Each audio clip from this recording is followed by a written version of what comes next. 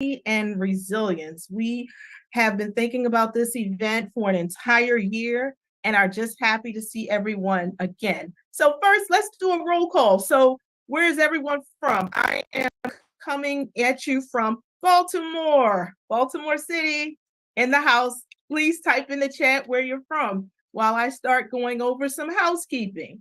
Oh, I see South Carolina, Frederick in the, Australia. Hey, how y'all doing again? Perry, I believe I saw you last time. Okay, so I wanted to quickly go over some housekeeping. Before we officially begin, we wanted to let you know that this evening will be recorded. If you don't want to be recorded, you can put yourself on mute and turn your camera off. If you're on the phone, you can mute yourself by pressing *6. This meeting includes closed captions and the American Sign Language translators. This session is interactive. So if you have a question, feel free to put it in the chat. I think it started, guys, but how you are.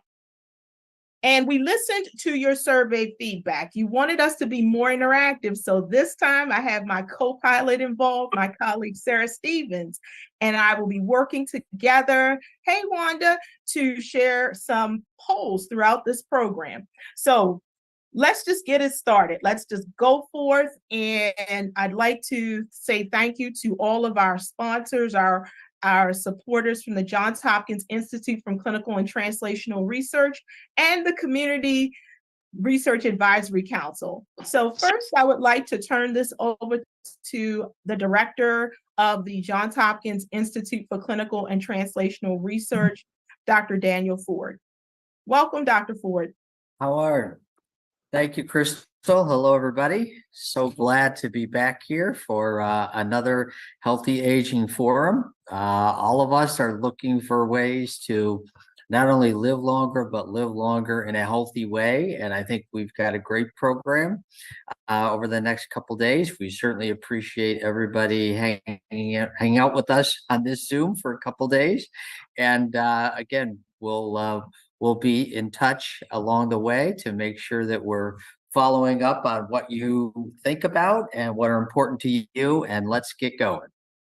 All right, Dr. Ford. And as he mentioned, what you tell us means a lot. Hi, Mr. Long. How are you? It's good to see you.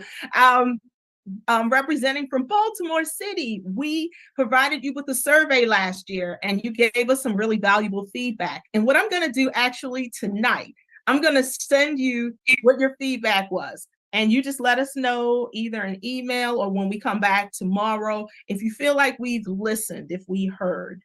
And next, we're going to turn this over to our next leader, Dr. Cheryl Himmelfarb, if she is present. If not, we're going to turn it over to Dr. Pamela O-Young. Oh, hi, Cheryl. Hi there. Hi, everyone. Welcome. And I just want to start by thanking our amazing community and collaboration core team and our Community Research Advisory Council members who worked very hard to outline and plan an amazing program over the next 2 days. So thanks to all of you. You are amazing. And we're really excited to see everyone joining in this evening. I think it's going to be, as always, an excellent program. So thanks so much for joining us. And I look forward to seeing you over the next couple of days. Have a great evening. Thank you so much, Cheryl. As you guys can see, we have some amazing leaders, and we're going to move forward by having Dr. Pamela O-Young and Roger Clark, our chairs of the Community Research Advisory Board, to share their welcomes. And after that, Janet Johnson, who is one of our community co-chairs for this year's conference. Thank you. Good evening. It's my pleasure to be part of the group welcoming you to the Healthy Aging Forum. I've had the privilege of being involved in this event since its inception, and it has just grown. So every year the numbers get larger.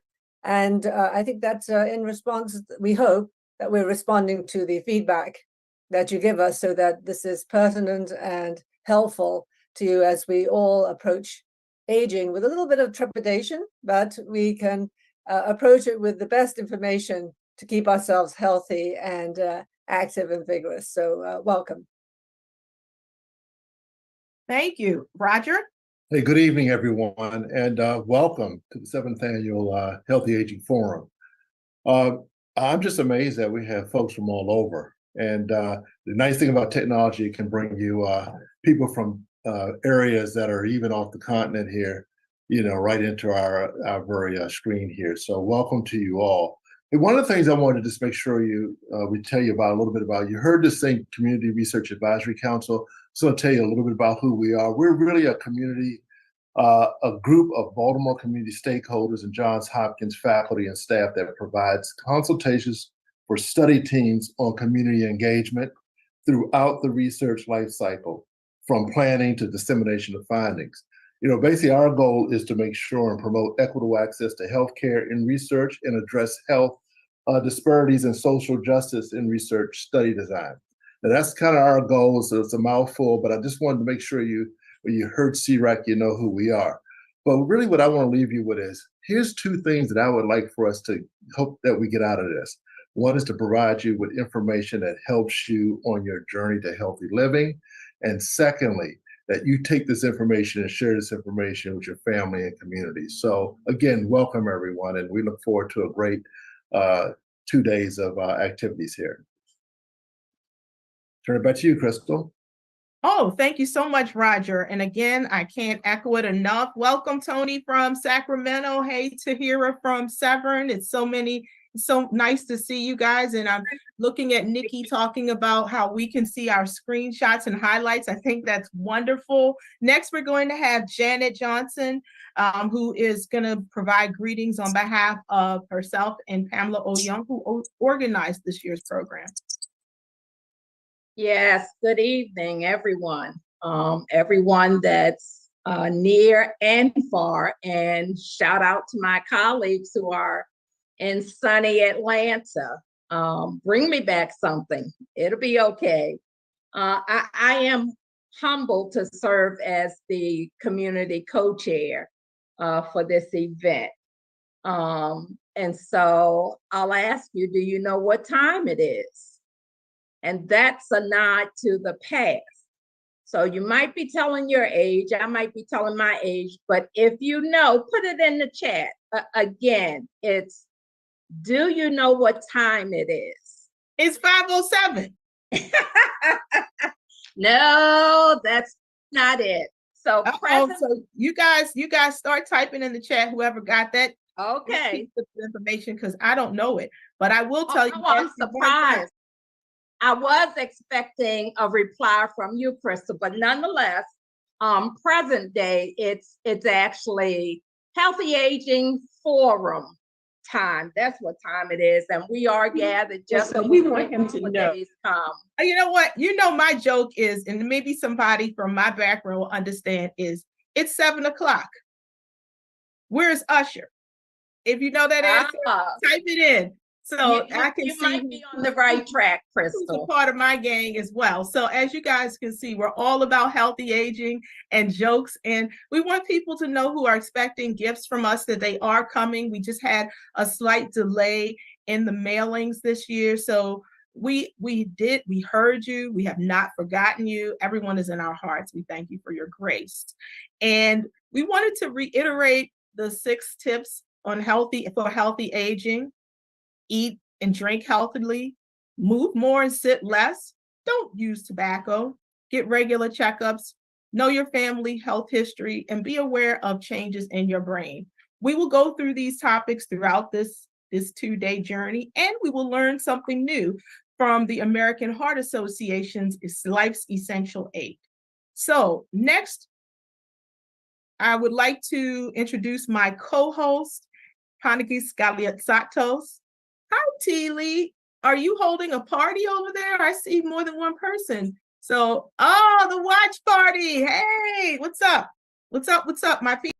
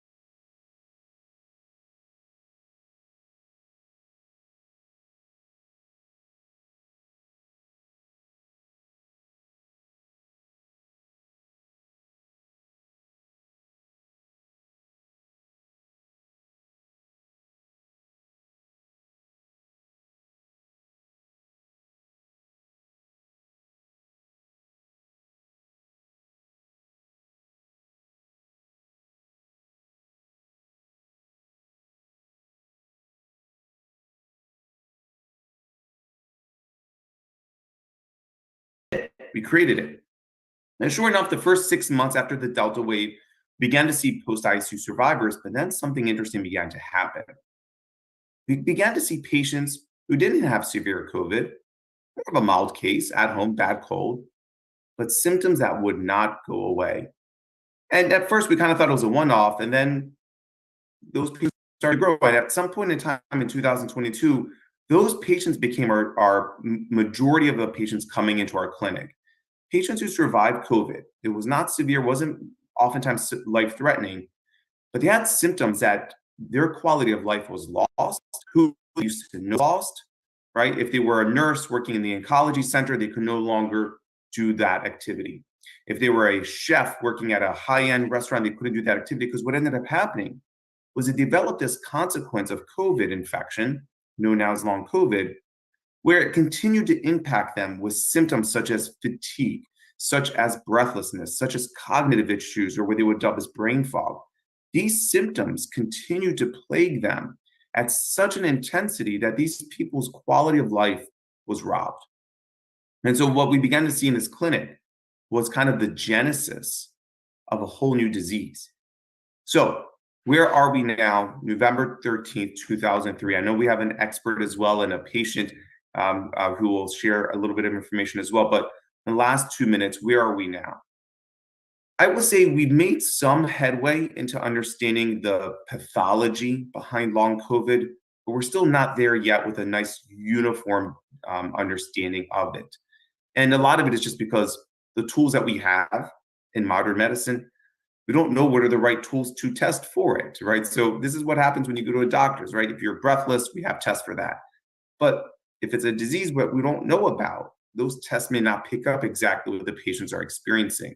Think of any test, like at school, you test for things you know. This is not a disease that we knew, and so many of us got to see it come out in real time. So I say this because we're trying to come up with a uniform diagnosis, and then that should lead us into ultimately, hopefully, ideally, actual treatment, targeted treatment. To date, the treatment for long COVID really is a lot more supportive care. Now, you sit back and say, all right, Dr. G, okay, I get it, long COVID's here. It's a horrible thing for patients, but is it a public health emergency? And I would argue just by two things that it does. One, it robs people of who they were, and two, the sheer volume. It is estimated that 10% of people who survive COVID will develop long COVID. That's 10% of people, little over 600 million who have had COVID. So yeah, I do think this is a global public health crisis, as we see almost an entire generation of individuals robbed of who they were. So with that in mind, my 5-minute update, I promised you, you gave me 5 minutes.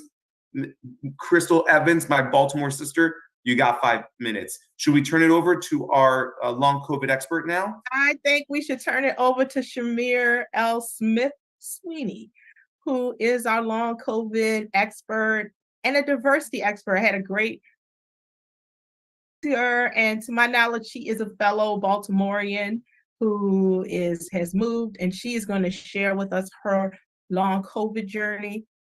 Welcome, Shamir. Thank you so much, Crystal. Thank you to the HAF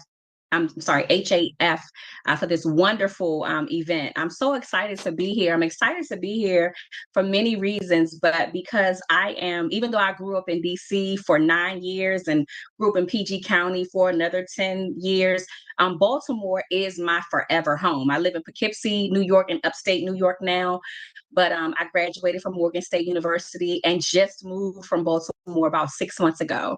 I taught in Baltimore City at the Academy for College and Career Exploration for 5 years, and I miss living in Baltimore immensely. There's nothing like Baltimore City. But I want to speak to what long COVID is and what we still need to know about long COVID. I spoke about my teaching career, and 3 years ago, and it's so ironic because this morning I was speaking to my husband and he said, has it been 5 years yet since you stopped teaching? And I broke down in tears because I did have to give up my career in Baltimore City as a teacher as of March 13, 2020. March the 22nd was the very first time I had an initial symptom. And that was during the time, as a lot of us remember, when at the time Governor Hogan had closed down the schools and made an executive decision. And on March 22nd, after talking to my therapist about how anxious I was about having to educate and keep the kids, my students, informed, and how much of a toll it was taking on me, I was also dealing with a continuous cough and sore throat. And from that Sunday until now, I have been dealing with over 120 long COVID symptoms inside of my body at one time or the other. And for me, the biggest challenge going through the most acute stage of long COVID is the racism and the sexism I experienced when trying to get care as a Black woman who was well aware of what was happening inside of my own body. And, I experienced and I still experience migraines. At that time in 2020, I lost my appetite and I lost 30 pounds in 30 days. I lost sight in both of my eyes, and I'm only 41. I had to have 2 cataract surgeries, one in each eye at Johns Hopkins because I lost my vision, and my cataracts in my eyes became so dense that I could not see. My vision was extremely blurry. I still suffer with confusion. I still suffer with muscle aches and pain and spasms. My spine is now crooked and misaligned because of the virus. I have a constant yellow tongue. My teeth now, I want to make this clear to you all who may not know the severity of this. My teeth are now rotting because of long COVID, because of the inflammation that happens inside of the body. Long COVID is just the more inflammatory, continuous symptoms, as Dr. G said, of COVID. And Dr. G, I heard you say something about the virus not being as life-threatening as it was for people who were in ICU. And God bless those people, because I know they have those who were able to survive, because we did lose so many people. God bless them, because their road is long and difficult too. But those of us who were at home, who weren't receiving the treatment that we needed or deserved, we were sure that we were going to die too.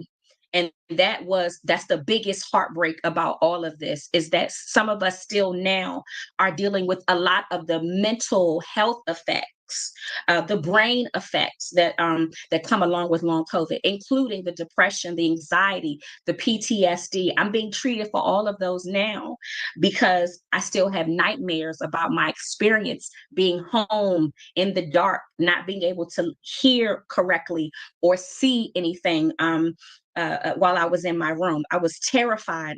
I had delusions. All of these things take place. So long COVID affects every facet of the body, the brain. It affects the gastrointestinal area. It affects your joints and your body. As I mentioned, it affects your teeth.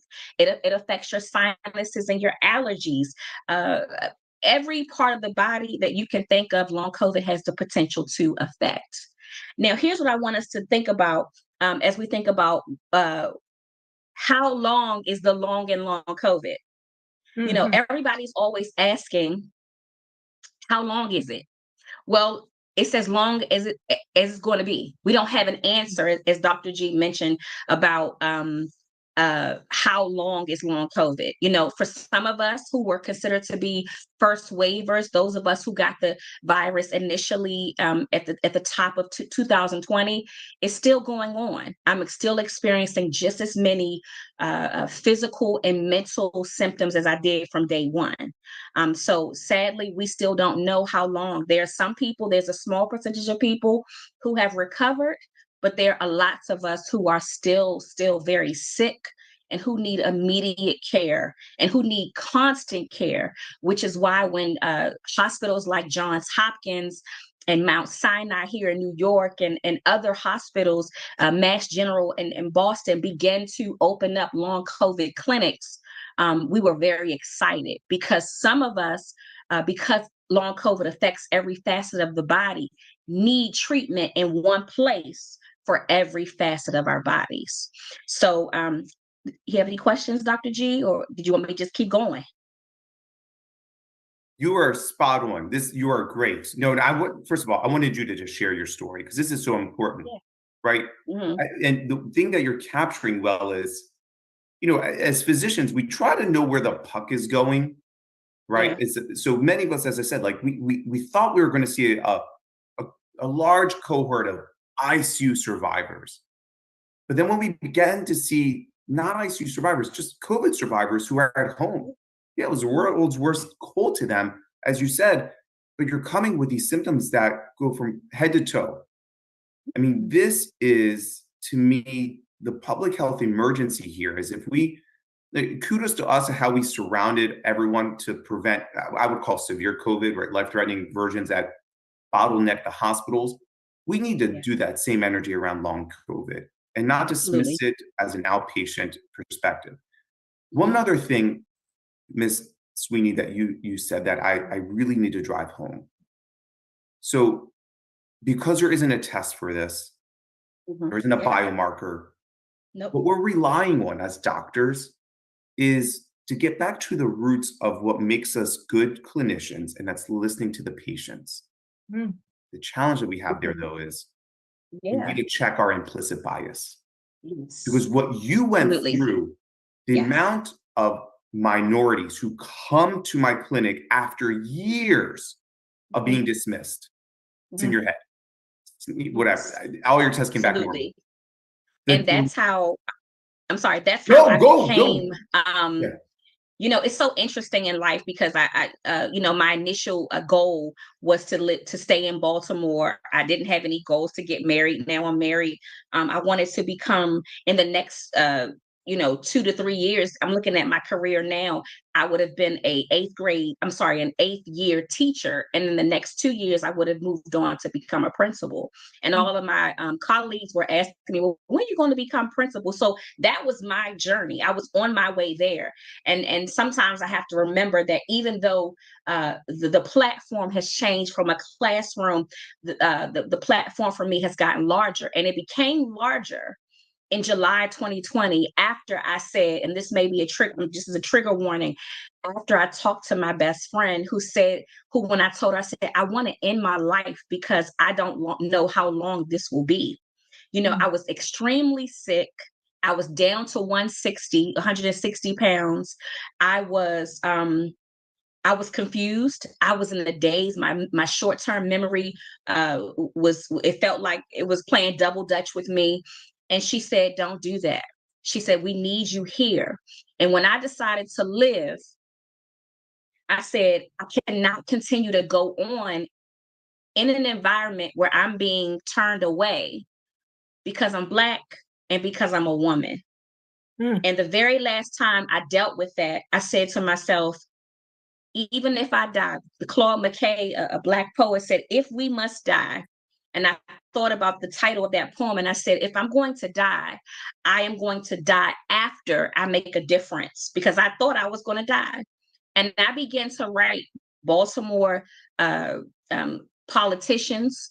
I began to write delegates, senators, governors, everybody, doctors, and news, anchors and stuff, to get them to see that this was a thing, that I was being ignored. And if I was being ignored, then other women and other BIPOC communities were being ignored. That's true. And so I gained a platform because of that. And now what I do in another way, I educate people about how to consider the plights of Black women and families and BIPOC communities when it comes to long COVID spaces. We initially looked at COVID and long COVID as if it were a white woman's disease. And it is not. It is all of our diseases.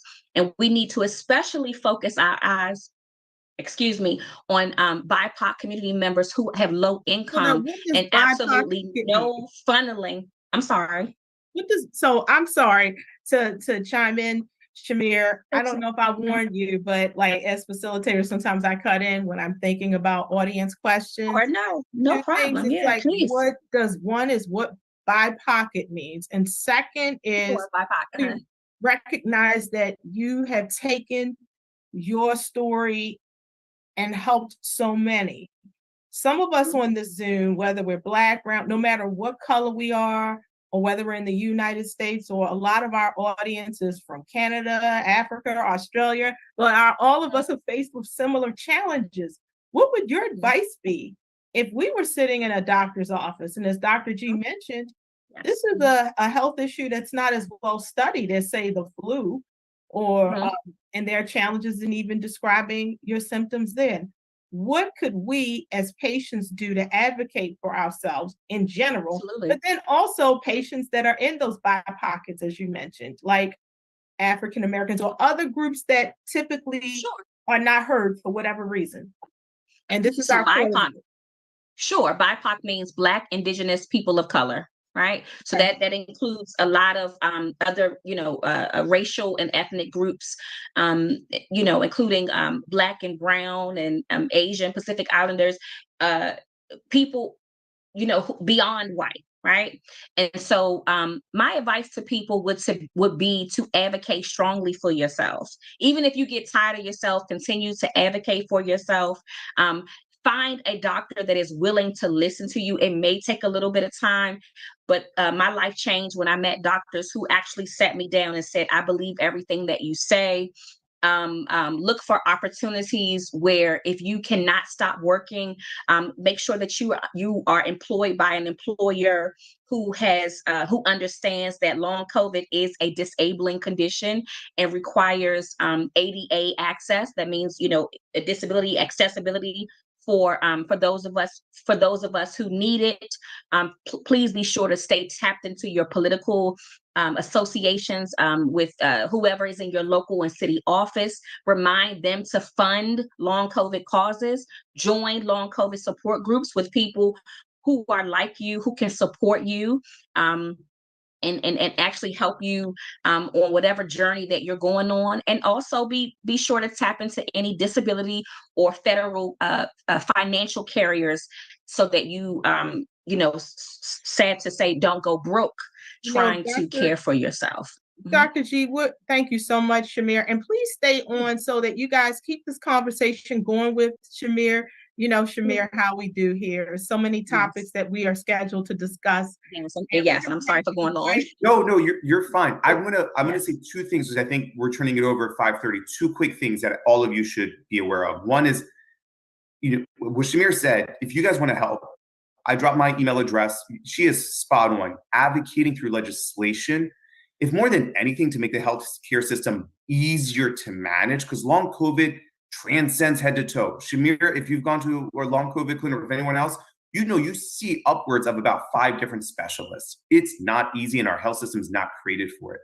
So we need better legislation. And the last thing, I need to scream this from the top of my lungs here.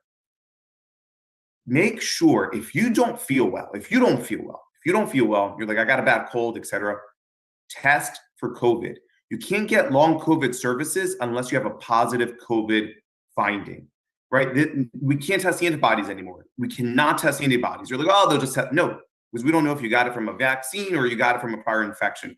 Test yourselves for COVID, right? Get a home test. It's free from the government. You got to access these because one of the challenges we have is these symptoms without a biomarker, without an actual test, as we said, we don't have any of that, right? So what we're relying on is you telling us, I tested positive for COVID a few weeks ago, and now I still carry on. So this is such a big deal moving forward. Because my fear, as you just heard Shamir said, like all of this is intense. And the only thing right now that we find insurance companies rely on is a positive COVID finding, right? That is so huge from an active disease. And right now, because we've gone so lackadaisical as a community, no one's going out testing. Like, I'll just have a bad cold. Okay. I would be diligent to make sure that it's not COVID. I agree. Well, you guys have really, really, really shared a lot of information. Again, Shamir, please stay on the line if you have time to answer more questions. And Shamir posted her contact information. And after the event, we will be sure to send out everyone's resource. So again, I tell you, we told you we were going to bring the topics, and that was the #1 topic that you've asked for in 2 years in a row. We had to make it happen. So we did long and hard and found Shamir. So, okay, everyone, we have our second poll. So my partner in crime, Sarah Stevens is popping back up, and she popped our question up before I asked it. So my question is, has anyone ever walked into a room and forgotten why they were there? Come on, everybody. I can't be by myself. Okay, we're gonna stop at 25 seconds.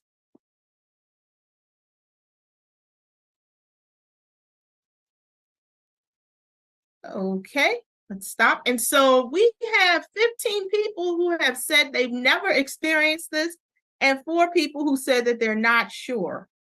Now, we're going to have to take this over to our expert, Dr. Halima Amjad from the Johns Hopkins Department of Geriatric Medicine, who is an assistant professor and who works very closely in the community, and Ms. Estelle Iyo, who will be sharing with us about what's happening out in the community. So, Dr. Amjad, have you heard of this phenomenon of walking into a room and forgetting why you were there? I'm a midlife mama, and I experience it all the time. And I'm not sure if that is it because I'm getting older, or, I mean, we need your advice. So talk to us.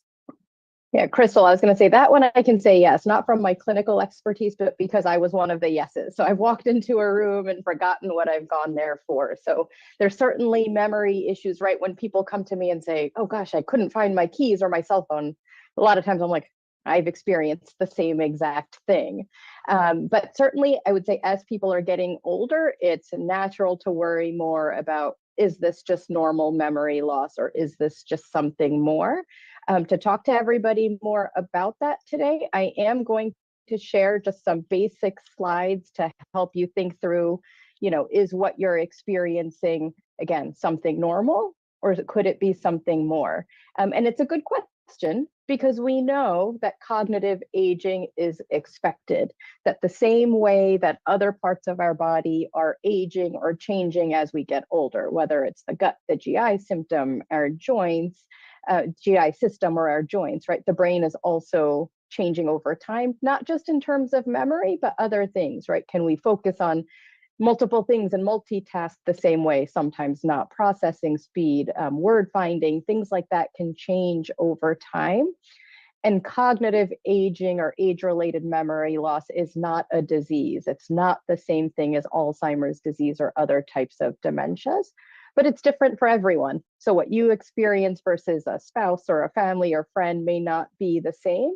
And it can make things harder, right? It can get a little bit harder to track the many doctor's appointments or to keep a grocery list compared to before.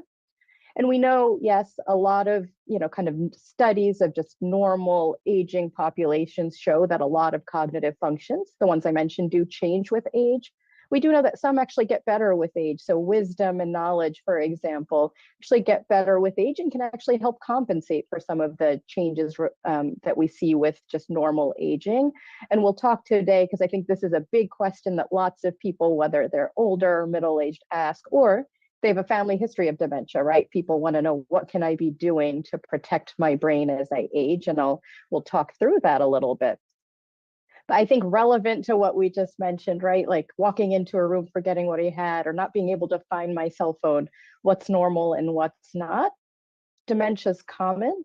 It's even more common the older you get. So it's important to recognize what's a concerning warning sign, what could be something more. And so this slide shares what are the things to look out for. So we look for, right, are there changes in usually short-term memory, right? Do I remember what I did earlier today or my plans for today? We look for changes in other types of cognitive function, right? It's not just memory that we look for if we're thinking about dementia. So we think about things like problems with language or word finding, kind of confusion about what time were we going somewhere? Where are we going? Changes in what we call executive functioning and judgment. So higher level thinking, right? Getting through complex tasks. We talk about judgment, that can be normal aging. So if someone falls prey to a scam, it's not necessarily dementia, but it can be a warning sign and reason to, talk to your doctor about, could this be something more? And we also look at changes in your brain helps you perceive the world, vision. And so are there changes in depth perception? Is it harder to park your car and see a curb? That can also be a sign of a change in the brain. But then we also look for, I think, something that people don't always recognize is behavioral or psychiatric symptoms. So changes or mood and behavior. Someone newly has a lot of anxiety or paranoia or is worried. That might not just be sort of run-of-the-mill anxiety. It can be early symptoms of an underlying dementia. And then a big thing we look at is how are all these changes affecting someone's activities or abilities? So, right, what are the things that you're able to do now? And is that changing over time? So what are familiar tasks? If you've always been good with technology and a smartphone and suddenly it's getting harder, that could be a change. If you've never been good with it or it's a new device, that's different. If you've always been able to track appointments and now you're needing help, that's a change that we want to look into.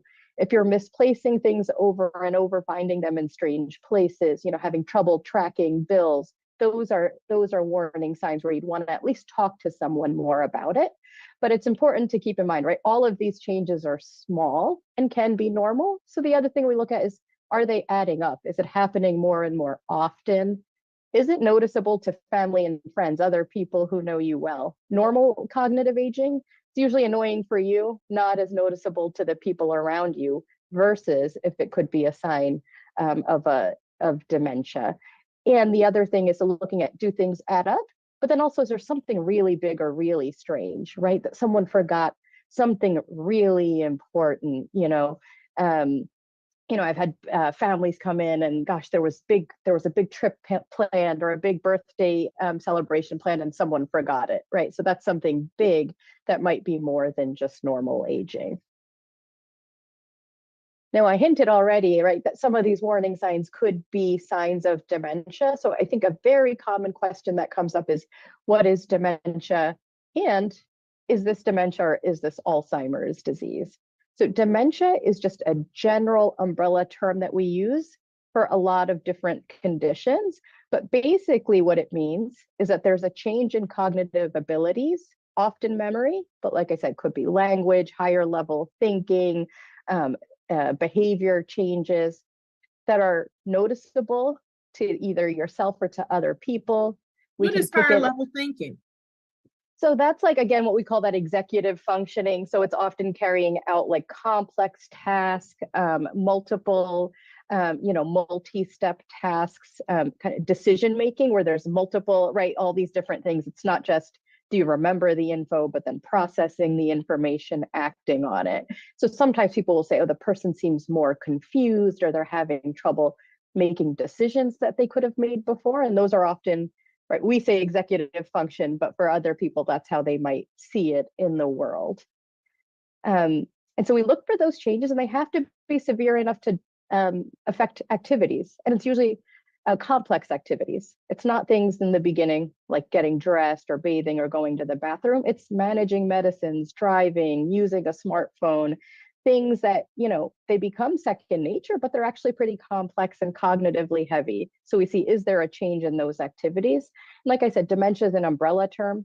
Alzheimer's is the most common cause of dementia, but there's other things that can cause it. Vascular dementia or having strokes before. People can have what's called mixed dementia. So there's more than one thing affecting the brain, especially in the oldest population. So people age 85 plus, we're realizing mixed dementia is more and more common. So of all of these different conditions that are listed, there could be, a couple of them affecting a person. Of course, the reason we talk about this too is because dementia is common, especially as you get older. And so when we think about who's at risk, it's all of us, right? We're all at risk of dementia if we're lucky enough to live into old age, to get to age 80, age 90. By age 90, 30 to 40% of people will have some form of dementia. So they have cognitive changes that are affecting their activities. It could be caused by Alzheimer's disease, but it could be caused by a number of other conditions as well. What to us in the field is very exciting, though, is that we're learning more and more about, right, how we might prevent dementia. And prevention isn't just in older age, but we've learned that it really starts really at birth, maybe even before birth, right, when someone's in the womb. And so what this slide shares are some of the recognized, based on research, risk factors over the life course that might explain up to 40% of dementias, which is a huge number. So in early life, the level of education, how far and the quality of schooling that you get makes a difference. In midlife, in blue, there's a hearing loss is a big recognized risk factor, traumatic brain injury and concussions, high blood pressure, heavy alcohol use and obesity. Those are all midlife risk factors. And then at older ages, some of the risk factors we know are smoking, depression, things that have gotten a lot of attention, especially with COVID, social isolation, physical inactivity, and diabetes. And I would say this is the list that we recognized in 2020. It's growing. So sleep is recognized. There's more and more research on, chronic stress, structural racism, all things that we can do something about to help prevent dementia in later life. And again, these are things that are occurring all throughout the lifespan. So But I'll what end. about Yeah, just in go ahead. general? I'm sorry to interject. I'm reading No, the please. questions, and this conversation is just so rich that is going on in the chat as you're talking. So one Mhm. question, you mentioned structural racism and just general stress. What can we do to lower our risk up? So I have a few questions in the chat. Mhm. One is, how is stress impacting brain health? But also, are there ways to differentiate between forgetfulness from dementia in our everyday lives? So like if we were with our loved ones or our friends or even ourselves, how would we know the difference between, oh, I'm forgetful, everyday forgetfulness, and something more clinically significant? Yeah, so I think, starting with that last question, that how can you tell? So one, obviously, the sort of default answer is you can always talk to your doctor, starting with your primary care doctor. They can ask some questions, do some simple office-based cognitive screening tests to kind of give you a sense, should you be worried? Do you need more evaluation or not? I would say at home, it's sometimes just, right, do the people who know you best, best friends, spouses, partners, children, do they notice it? And then I think the other big piece is, right, again, how is it affecting your activities, right? Is there something that you're no longer able to do or something that's gotten a lot harder? If there is something that you're noticing that's a lot harder, then I think that's the time to bring it up to a doctor for that, again, those next steps in evaluation. In terms of that question about things like stress and structural racism, and I would say even with some of the risk factors on that prior slide that are established, I think there's still a lot that we don't know. So research within dementia is just a huge kind of growing field, whether it's related to inflammation, right? There might be direct effects of, right, racism and stress on how the brain is developing over the life course, how your body deals with it. So I don't think we have all the answers to that yet. So some of it is first, right, what can we establish as a risk factor? And then figuring out those mechanisms. And then, of course, how we reduce stress, address those risk factors. I think it's different for different individuals and communities. I see another question in the chat, Ms. Andrea C. She said, what do we know about statins and PCSK9 inhibitors and Alzheimer's? So with statins, I would say that's a common, I would say the second piece, I don't know the answer to that. I'd have to look it up. Statins is a question that comes up very commonly. There's been lots of studies and then studies where they kind of bring all the studies together. In general, there is not definitive evidence that statins are harmful. There have been some studies that suggest, there could be some short-term cognitive effects, but long-term, there's no data to suggest that they are clear risk factors for dementia. When I see patients who are taking a statin, usually our big question is, what are they taking it for? Because we know that vascular risk factors increase risk of dementia, if someone's had a stroke. So if there are other risk factors, other reasons that someone needs to have a statin, or I think their cognitive impairment could be due to vascular disease, then I will often recommend that. I think the benefit of the statin usually outweighs, any, potential risks for which there's really not clear definitive evidence that they're harmful. Okay, thank you so much for explaining that to us. And what would your takeaway message be for us when we go to see our doctors or notice something in our loved ones? When I think about what Shamir said again, and what our audience may be wondering is, what do we tell our doctor? How can we speak to them in such a way that they listen? So what would be your takeaways? Yeah, well, I think one of the big takeaways for that is just bring it up, because there's research to show that doctors do not bring it up. We wait for, patients or family members to bring it up. And so I think usually if you initiate the conversation, that in itself will lead to more questions, potentially to screening. And again, if you don't feel like you're being heard, then it's often you can seek out, for example, a memory clinic, sometimes without a referral, or again, bring in family. I think doctors certainly will listen to, you don't think, I'm not sure how significant the memory issue is, but if someone who knows you well kind of seconds it, I think that should ideally drive additional evaluation. Thank you so much, Dr. Amjad, and please stay on to answer additional questions. I'm going to turn it over to our colleague, Estelle. Estelle, can you share with us, from your work out in the community and in the research clinic, how is brain health and this very topic impacting the community, both locally and individuals you may also engage with in the memory clinic and research? What are you noticing? Yeah, so I just want to start off by saying, as you may know, Baltimore has one of the highest prevalences of dementia in the country. And so if we take kind of an intersectional approach to that, there's several reasons behind this. From socioeconomic status, education, race, the environmental stressors that Dr. Amjad was talking about.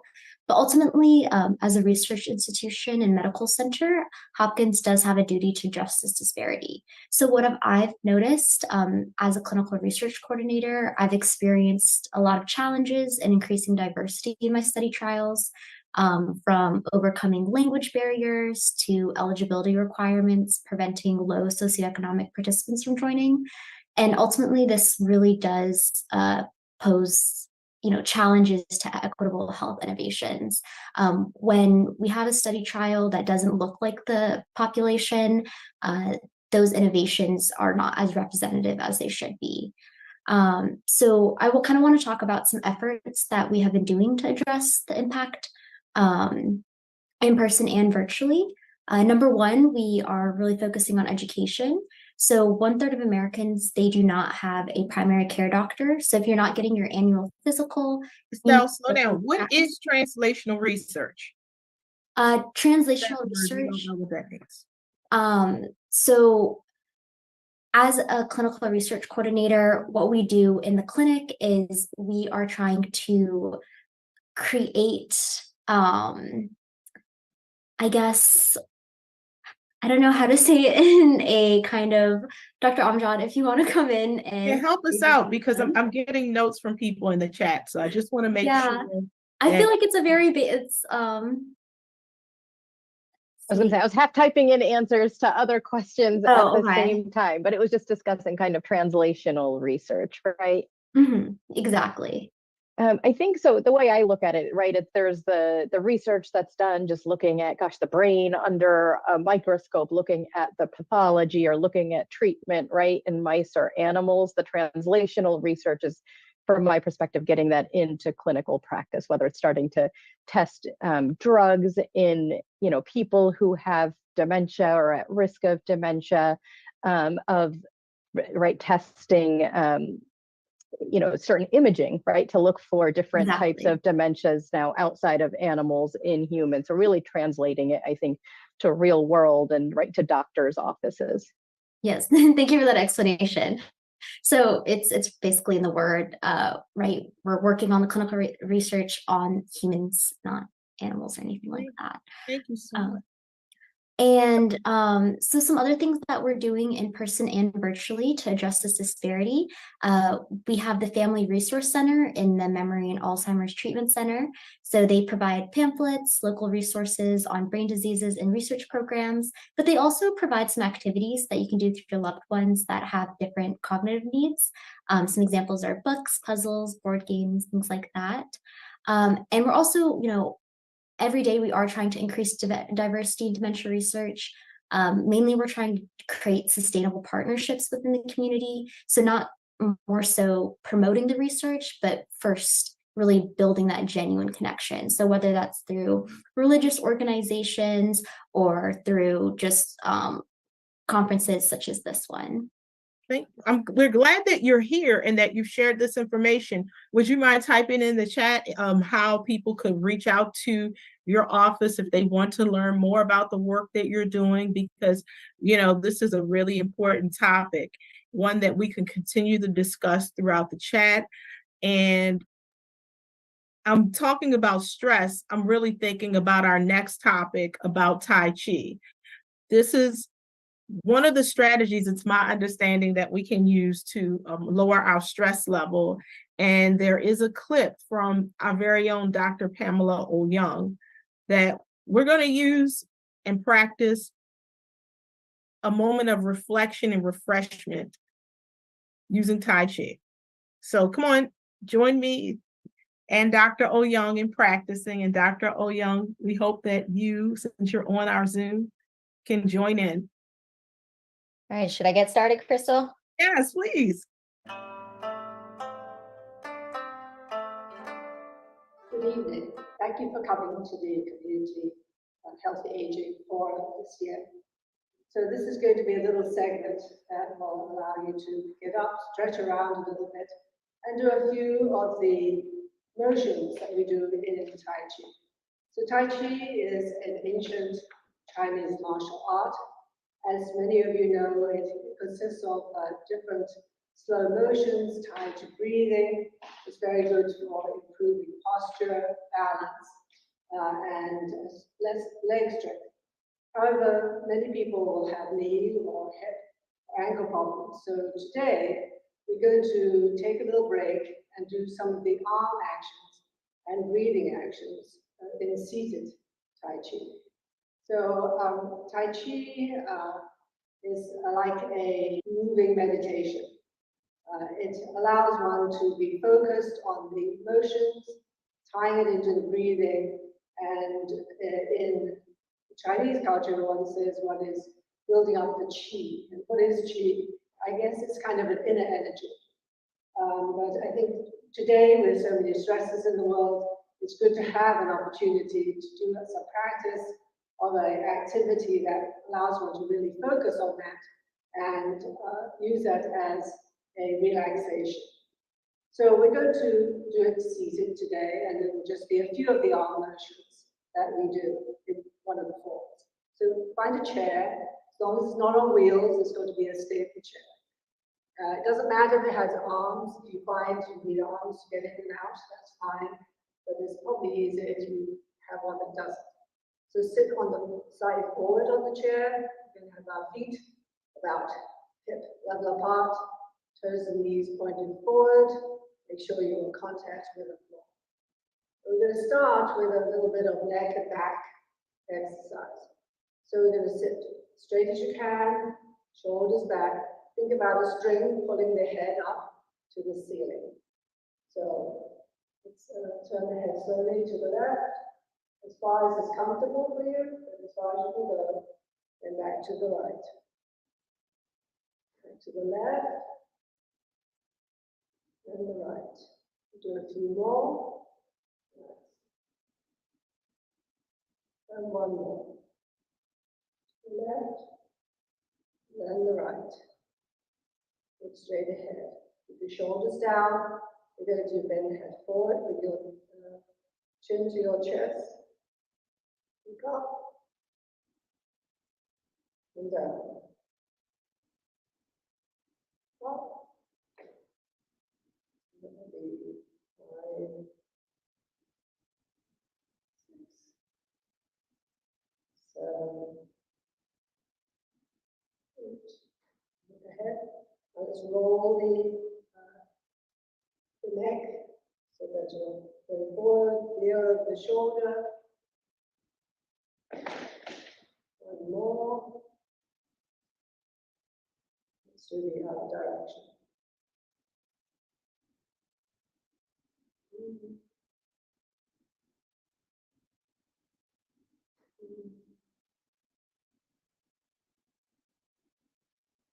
Good.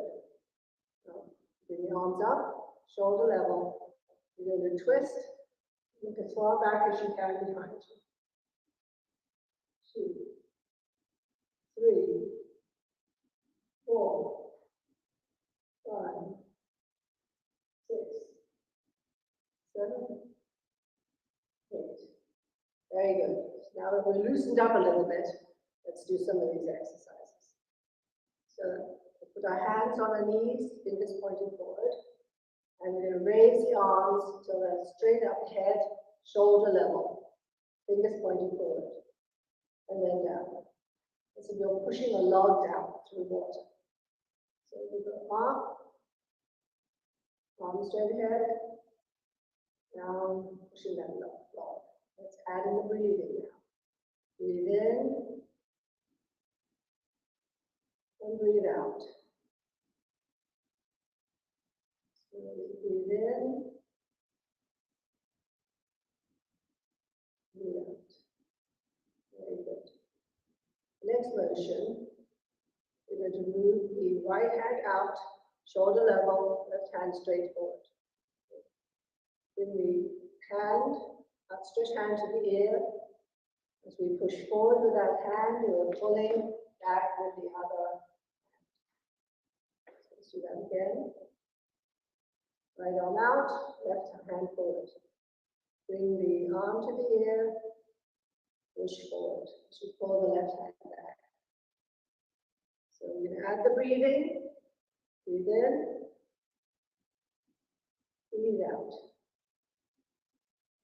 This motion is the arm motion for the movement that's called repulse the monkey.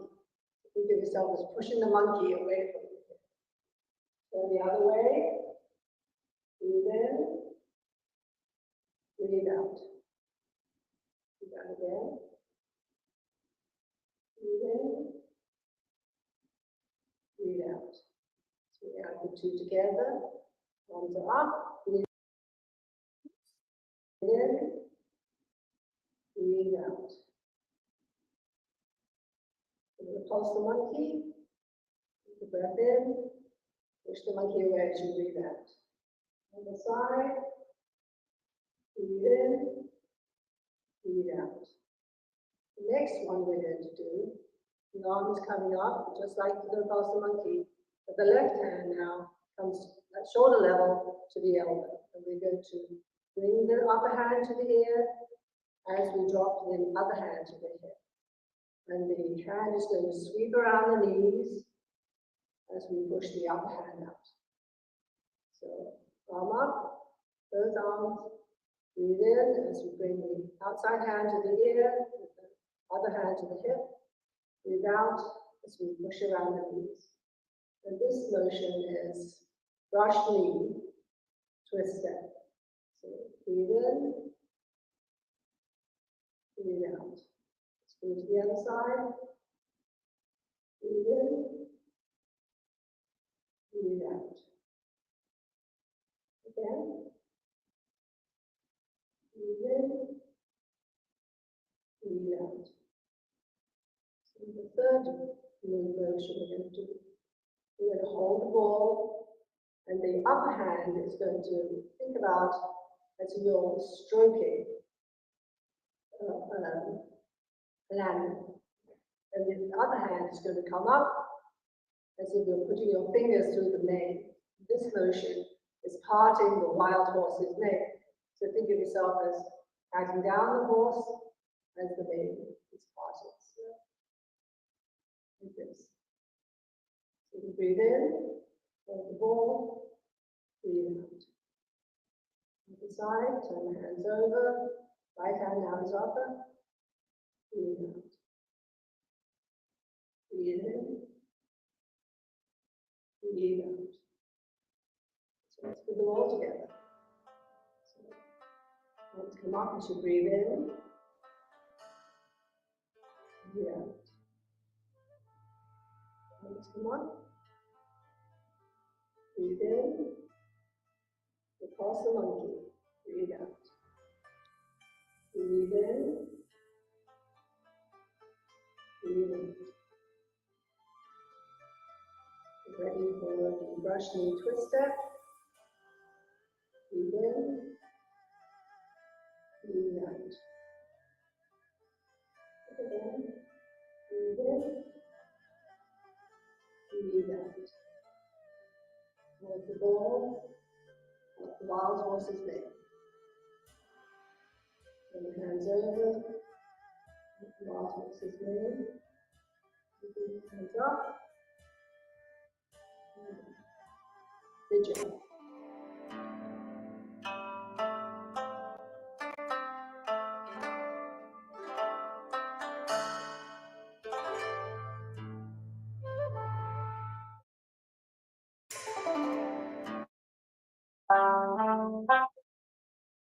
Thank you, Dr. O Young. I don't know about you, but I feel refreshed. That gave me time to reflect. And that brings us to our next speaker, who will be talking with us about self-care and mental wellness. When you hear the word self-care, what do you think about? Can you type it in the chat as I introduce Ms. Cheryl Maxwell, Program Director for the Black Mental Health Alliance, who's also a clinical practitioner herself. Welcome, Cheryl. Hello, everyone. Good evening. Good evening. I bring you greetings from our Executive Director, Andrea Brown, at the Black Mental Health Alliance. That was a wonderful segue into my section here, Crystal, the exit, the Tai Chi. I had surgery a couple of days ago, so I'm not able to do all the stretching, but it was wonderful.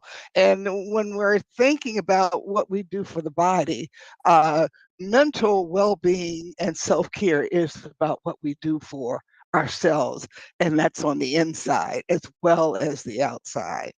Okay, so according to the World Health Organization, how do you define wellness? How do you define well-being? Well, it's a sense of being comfortable, that you're healthy, that you're secure, that you have a feeling of safety, okay, that you are feeling good and you're functioning well. Well, that's the definition according to the World Health Organization about well-being. But what is mental well-being? It's slightly different. When we're thinking about our mental well-being, it's having the ability to cope with the stresses of life, to realize your abilities, to learn and work well, are contributing to the community. And there is a serenity prayer that many of you probably have heard, and you've probably at one point or another recited it. And that is, God, grant me the serenity to accept the things I cannot change, the courage to change the things that I can, but as important, the wisdom to know the difference, those things that you can affect and those things that you can't, because we know that the stresses from our body, it takes away from our quality of life. And let's face it, it's not all things that you have to pay exorbitant price for out of your pocket. There are some things that we can do for ourselves that are really free. It's just up to us to do them. Okay, let me give you some examples. All right. We here at the Black Mental Health Alliance say that our tips for self-care take into consideration that you want to give yourself to yourself before you give yourself away. Does that make sense to anybody? Let me say that one more time. You want to give yourself to yourself before you give yourself away. And we suggest you do just a few things. And this doesn't depend on your budget for the month. This doesn't depend on whether or not you get that contract or you open that new office or you're meeting your bottom line. This is all about what you choose to do just for you. Make a list of the things and activities that make you feel really good. Identify those things that really make you feel good. All right. Uh, Make a date to do what makes you feel good. And really be about yourself as you are intentional about those other things, your finances, etc. I don't know if you were trying to say something, Crystal, or not. Were you? I was. I love Okay. that concept of writing down what matters to you, because I think that sometimes that's where we start. That's our challenge. So where do you see us starting with this self-care? Well, we get so bombarded, you know, and oftentimes things crop up that we really didn't know were going to happen. You know, they take us by surprise, or those things that you just don't want to at the moment remember you got to do, those things you don't want to think that you got to take care of, that you want to think about it later on. Well, make a list of those things that really make you feel good so that you can remind yourself to do them a bit more often. Huh? Hmm. So what you're saying is it's to write it down so Because we remember it. we deserve. Yeah, bring it to memory. You might even want to put it on your refrigerator, because eventually you're going to do some things to take care of yourself. You're going to make a date with yourself, right? And that's about doing some of those things that really make you feel good. And if you've identified what they are, you're ahead of the ball game, right? Take care of yourself physically. You got to get the sleep now. And some of us have different sleep patterns, and we know that not everybody sleeps the same. I mean, if you sleep for 4 hours and it's a deep sleep, as opposed to 8 hours where you kind of, you're in and out, well, you want quality sleep. And then whether that's 4 hours or whether it's 8, your body will let you know. You want to make certain that you're breathing. Would you believe that when you give your brain that burst of oxygen, it gives you energy? Try it. If you're walking and you feel winded, some deep breathing helps to send that oxygen right up to your brain, does something to those chemicals in that brain. Have a meeting with yourself. Every now and then, sit down and say, okay, I'm feeling miserable about some things. Identify what they are. You got the right to say no to some things as well as saying yes.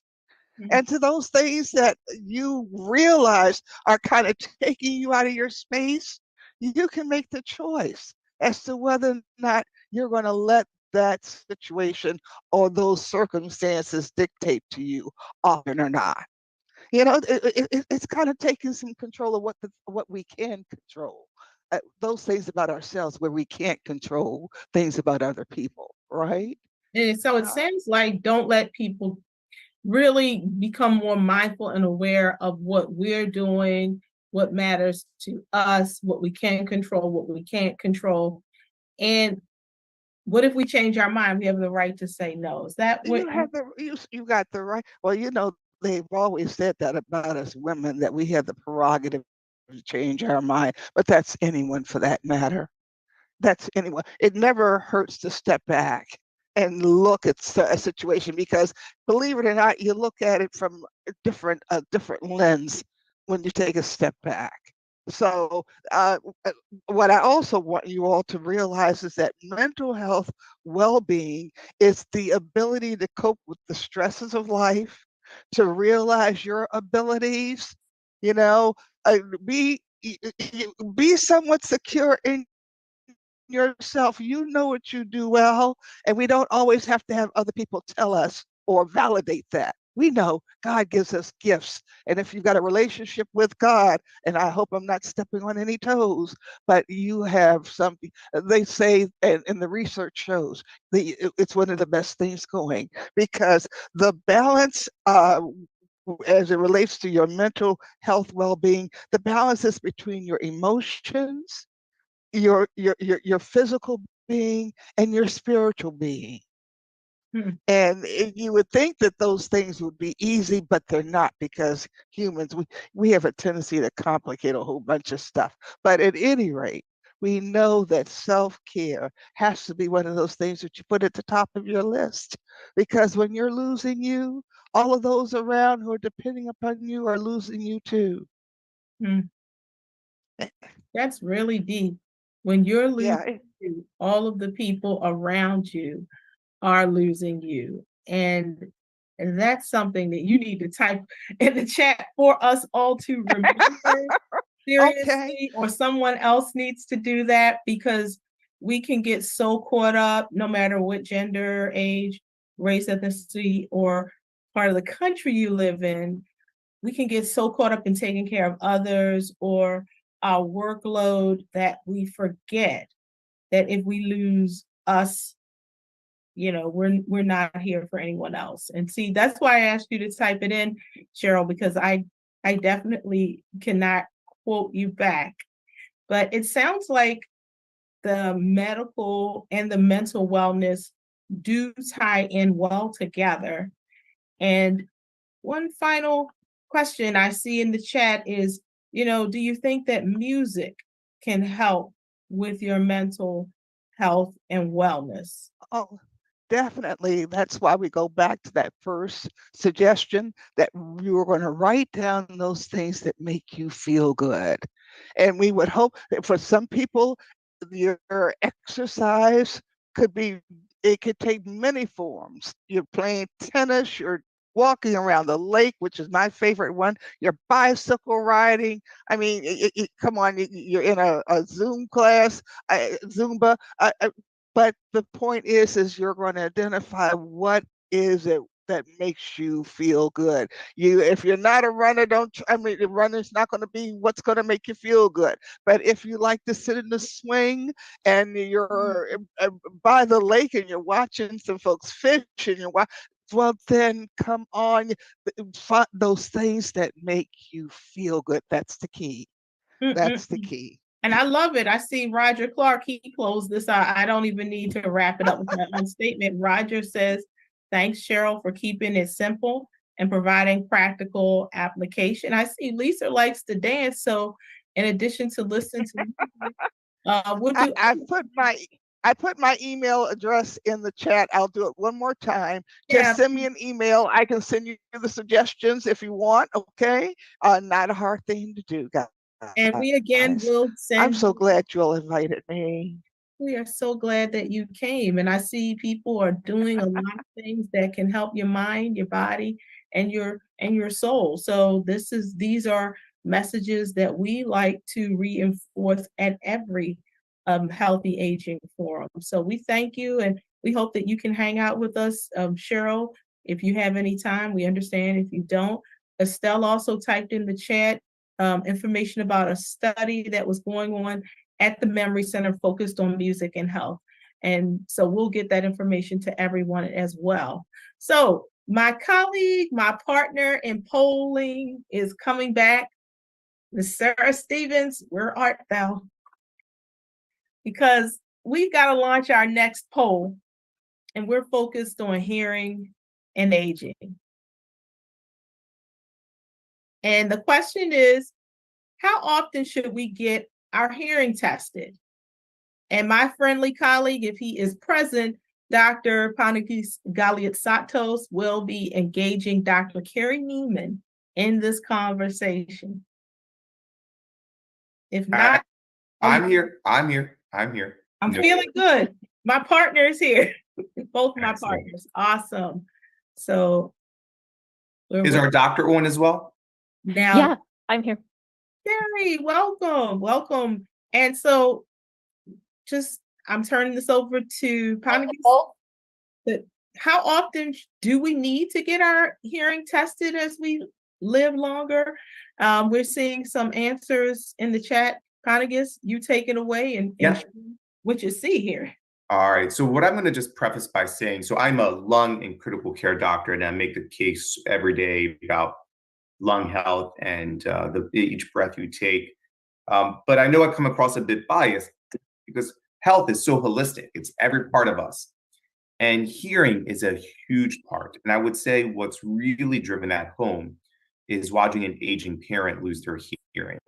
And in losing their hearing, I lost a lot of them, right? I couldn't do those calls that I used to do with my dad, like that I've come to enjoy. I mean, it's you lose people. And it made me become not a doctor to advocate for hearing, but more of a son to advocate for hearing and hearing checks. An aspect of it that I don't think we put the right emphasis. And I say this, and Dr. Neiman, I will turn it over to you in a second, but like, this isn't like, oh, I can't see, let me throw in glasses and now I can see suddenly. This is so much more complex. And one of the reasons I think this is great to have tonight is for the ability to allow Dr. Neiman to discuss the complexities of it, what we can do both for prevention and reaction.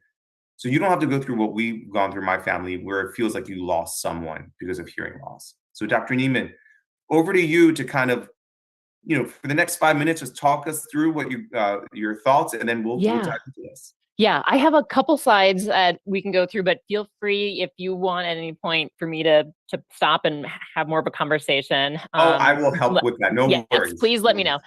So let me just share my screen real quick, and we can get started here. Okay. So great. So thank you so much for the invitation and to join you guys here today. So I'm an ear, nose, and throat doctor, but I really just do the E part of ear, nose, and throat in that I'm an otologist. So I'm an ear surgeon here at Hopkins, and also do a lot of work on research around hearing loss and what it means in terms of healthy aging. So we'll start with the really bare basics about what is hearing loss. And so hearing loss is really 2 steps. It is a process of encoding a message and decoding that message. And so we have sound waves that enter the inner ear, that the inner ear then needs to take that information and encode it. And it then sends that information onto the brain. And the brain then needs to decode it, needs to make sense of it.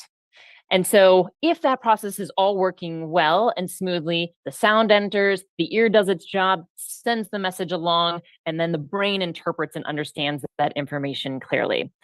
But what can happen over time? There's a number of different reasons why your hearing can change. Things like genetics in terms of who we are, our family history, certainly noise exposure can have a big effect. But even more so, above and beyond everything here, aging by far is the #1 risk factor for changes in our hearing.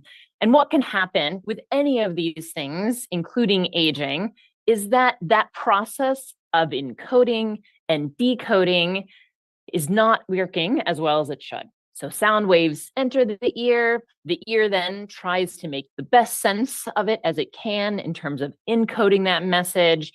And then best it can sends what it can onto the brain for it to decode, but the brain is then trying to figure out this garbled message.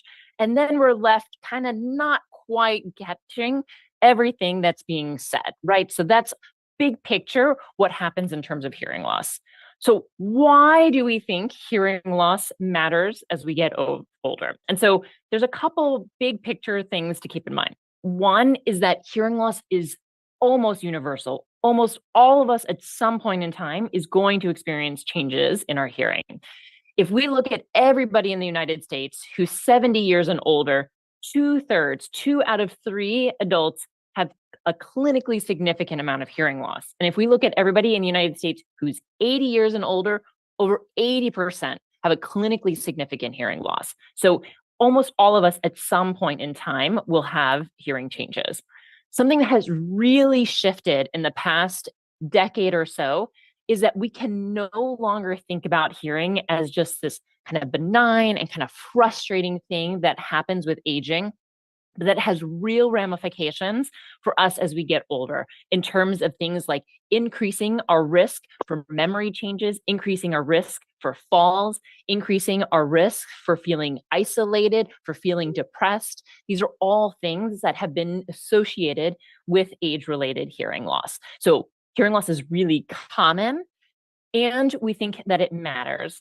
But something that we think we all know, right, is that not that many people actually do something about their hearing. So what are some of the basic things that we can do for our hearing in terms of age-related hearing loss? And it usually takes two forms. One is, how can we get that signal to be as clear as possible to the ear and to the brain? And then what are some basic things in terms of what's called oral rehabilitation, things like communication strategies, to live as well as possible with hearing loss? Those are the two kind of main things of how we manage hearing loss. And so the part about getting as clear a signal as possible comes down to usually hearing aids or things like a cochlear implant, which is for a small number of individuals who have such severe hearing loss that they're no longer benefiting from a hearing aid. But most of what we talk about in terms of hearing loss is in the mild to moderate range of age-related hearing loss, and for many of the individuals are able to benefit from a hearing aid. So in terms of when should we check our hearing, we actually do not have guidelines like colonoscopies or mammograms for breast cancer. We actually don't have evidence-based guidelines that we can say, everybody over a certain age should get their hearing checked. So really, it's all based on if you feel like you've had some changes.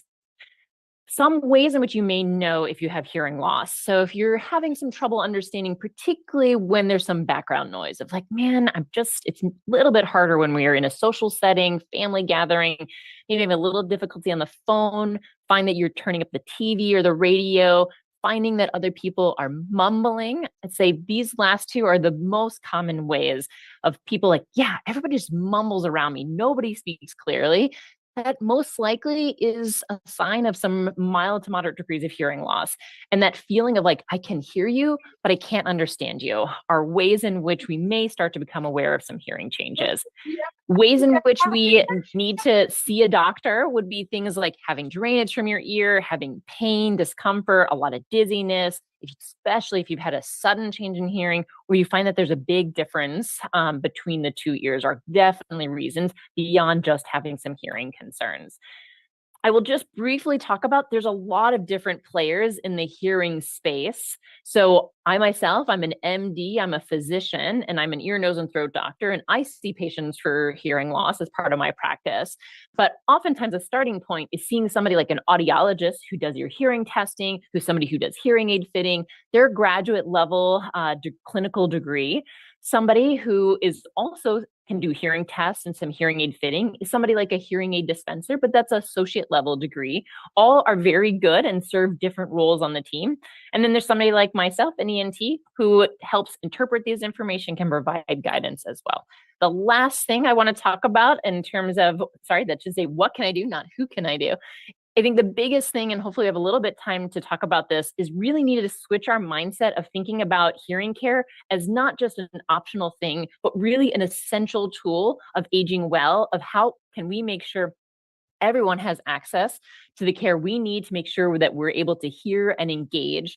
Because I think the biggest thing is to take action, is to, if you have any concerns, get your hearing checked. If you do have some hearing loss, is to find out what your options are for amplification. There's now more than ever a number of options, because just like we've talked from the beginning, is that it's so critical, it is so fundamental to be able to hear and to engage and stay connected in terms of healthy aging. So I'll end there. Thank you very much. Dr. Neiman, nicely done. I have a question to you, my friend. And really, like, amazing talk. Hopefully, I was like trying to keep up to. Sorry. No, nicely done. Here's a question, right? And I know this is called the Healthy Aging Forum, but you know what? Aging healthy starts now for everyone. So I'm going to go give a talk to a few high schoolers tomorrow. What can kids start doing now to make sure their hearing now is not impacted later? And I'm saying this to all the grandparents, parents out there, where hearing loss, kids are going to dismiss or like, that's for later. No, right? It's impacted as a child. For sure, for sure. That's a great question. So, hearing protection is really the only thing that we have in our toolkit in terms of prevention. Age is obviously, part of it for all of us. But hearing protection in terms of, listening to music at appropriate level, what matters in terms of exposure to noise or any kind of loud sounds is how loud it is and for how long you listen at that level. So, even things like, which may sound kind of conservative and maybe too much, but even things like if you're vacuum cleaning for a long period of time, if you're working with power tools for a long period of time, are all ways and times you should be thinking about, hey, maybe I need to be using some hearing protection. Definitely, if you're going to concerts, there are a lot of different earplugs out there that are musician earplugs you can get on Amazon that are fairly affordable, pretty cheap, that can allow you to hear and experience the music, but protect your hearing at the same time. So that's one major thing to be thinking about at all ages. Even if you do have some degree of hearing loss, it's never too late to be protecting your hearing. Love it. Love it. Because I see this because it becomes so biased towards, oh, I'm so young, I don't have to worry about it. No, you got to start worrying now. Thank you, Dr. Neiman. Let's see what else is out there. All right, we have someone wrote to me, white noise machines. Any insight in anything to offer there? And I'm saying this, I remember my kids, like I was like, oh, let's put a white noise machine. And the pediatrician's like, not too loud. I'm like, oh, they're hearing.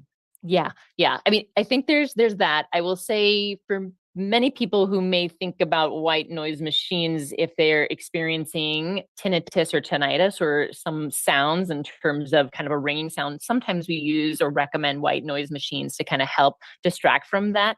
But that's in addition to, always being mindful, from day zero, what your noise exposure is if you're thinking about it in the context of sleep for little ones. Awesome. All right. And I'm going to, and Crystal, I can be on this topic forever because I told you this is very personal to me. So just be like, all right, you guys are done. Because all right, I'm going to read. Question, if it's okay for me to Yes, tap please. in. I'm reading this, the chat, and I can see some similarities and things that I've experienced in my own relationships. And I don't know if my partner's on this Zoom, so I'll just leave it at I have people I care about. What do you do? What can we say to our loved ones who we may suspect may have hearing challenges? In particular, as Tanagis mentioned, this affects all people, and the individual I'm referring to may not even think it would be in his age, quote, quote, age group to be having challenges hearing, but I know that I have to scream from one room to the next and like sometimes tap this individual's back for them to respond to me. But I don't think he'll listen. I know he won't listen to me. I don't know. It's really, it's really tricky.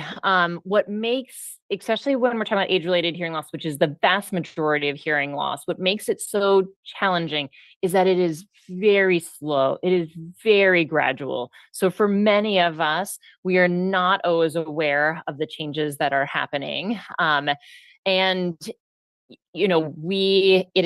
will say it's often tied up, because with age, it's often tied up with a lot of things like ageism and stigma and in terms of thinking about whether or not to get hearing aids or wearing a device, whether people say it explicitly or not, there's a lot of different elements that go into that. And I think just by the nature of it being so gradual and really a lot of times the subtle ways it happens, like I said, like if you're thinking people are mumbling, it's most likely, especially if you're in your 70s or 80s, it's most likely that you have some degree of hearing loss, because that is exactly how we start to become aware of it.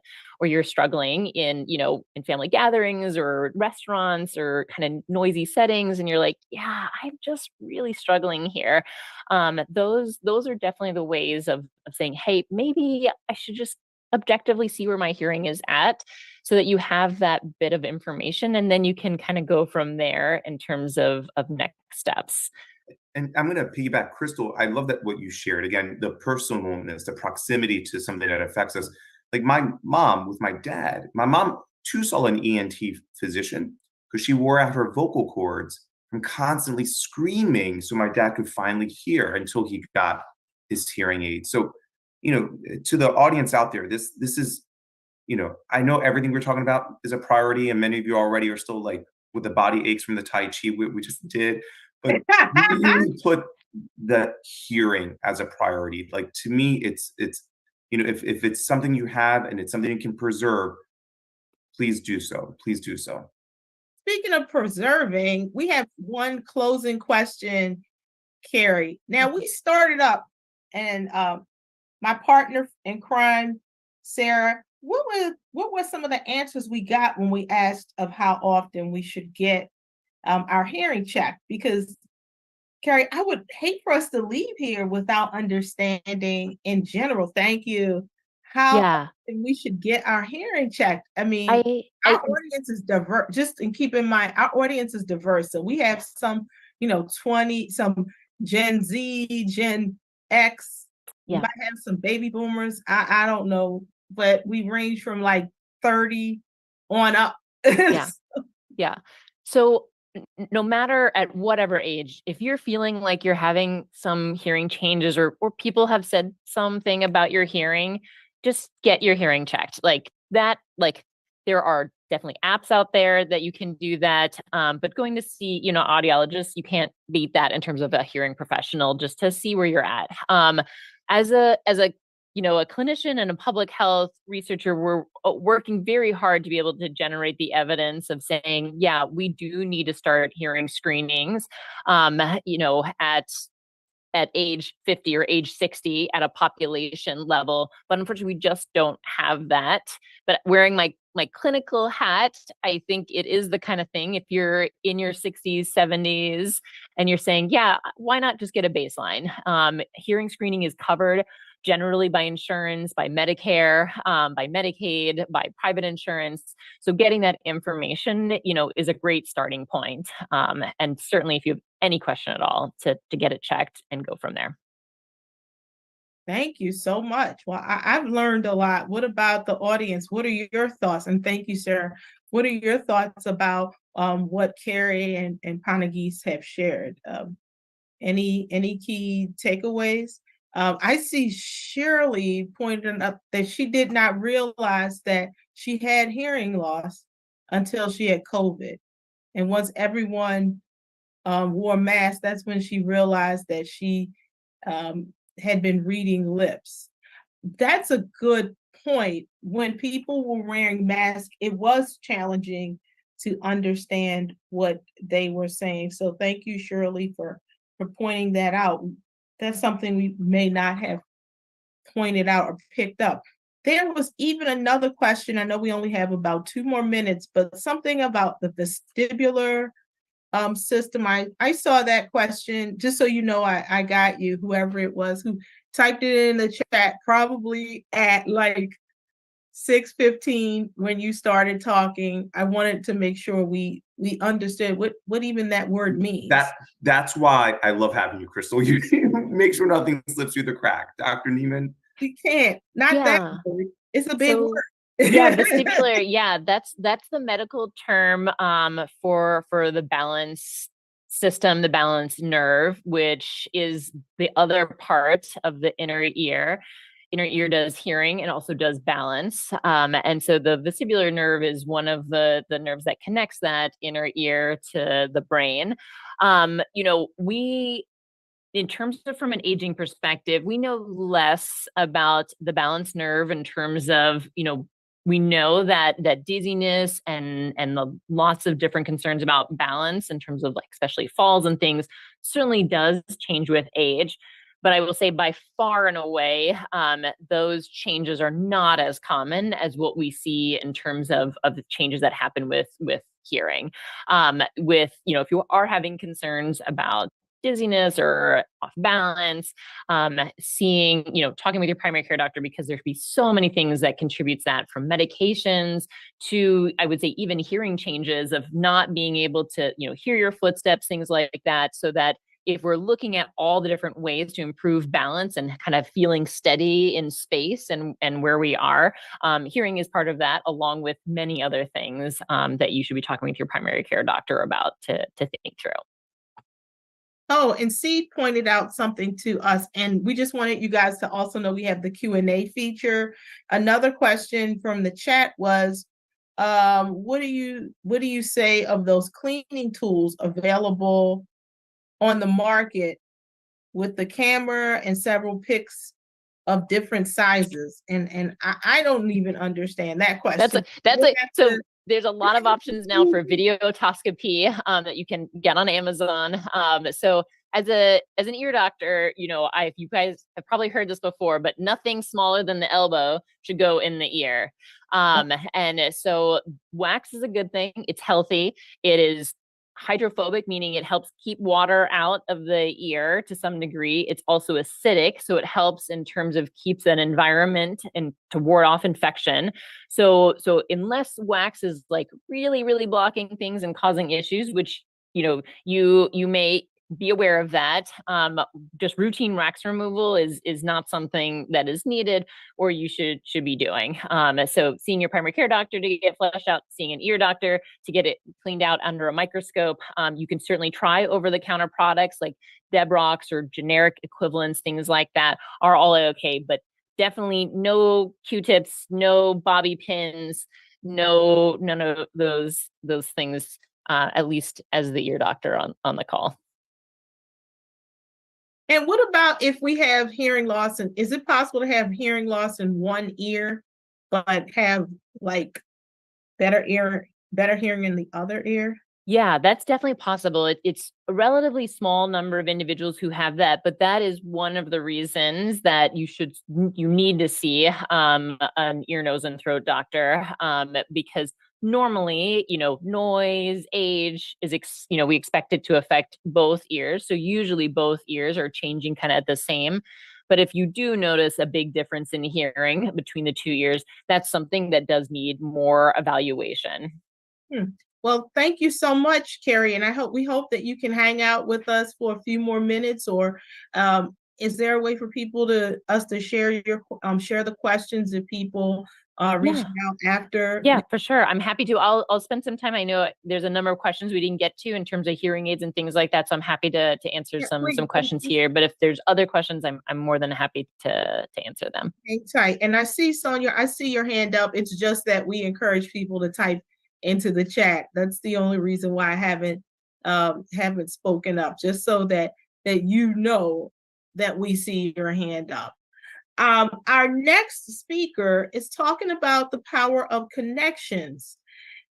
Have you guys noticed that the CDC stated that social isolation is becoming like the number one public health issue that is impacting people's physical, mental, spiritual, overall health? I know for myself that being home for several years with COVID, it really definitely impacted the way that we engaged with people, because our next speaker, Dr. Jabrilla Ballard Blakes, is going to share her perspective on the power of connections. And Dr. Ballard Blakes Ballard is also an author and a former caregiver, long distance caregiver. So she's going to share her insights with us from her personal vantage point and how she used her own journey as a caregiver to help others build connections. So Dr. Ballard Blakes, welcome. Please share your knowledge with us.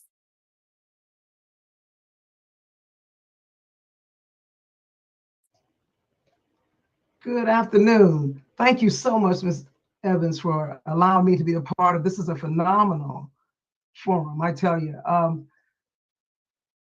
I just can't, all the information that I received tonight is just incredible. A lot of things for me to put in my toolbox. But what I'm talking about tonight is kind of near and dear to my heart, because I was a caregiver for my parents. And the power of social connections is really incredible because of, as you said, This is actually now an epidemic. People are noticing that being connected or not being connected is something that we all should be pushing towards.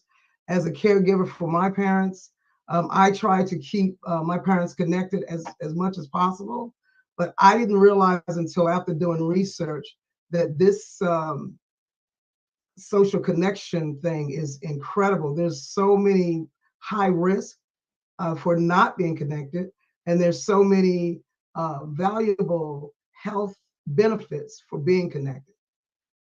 I am an author of a book, and I wrote a book so that I could talk to people about a lot of things that we're talking about tonight, just giving people information about how they can help themselves as a caregiver and also for the people that they're caring for. But let me talk a little bit about it, and I'm going to talk a little bit about what's going on with the social connections. First of all, it's been research shows that half of the U.S. adults are actually lonely. Polled, they're lonely. They're saying that they're lonely. That's half of the U.S. folks. And this number was actually rising before COVID. I know we're talking a lot about COVID. We're talking a lot about self-care and all that kind of good stuff. But this connection thing is incredible. The Surgeon General has even declared that this loneliness thing is now an epidemic. So he's declared it as an epidemic. And so he's saying that, yes, we need to be connected. The seniors have to be connected because it's actually harming people's physical, mental, and social health.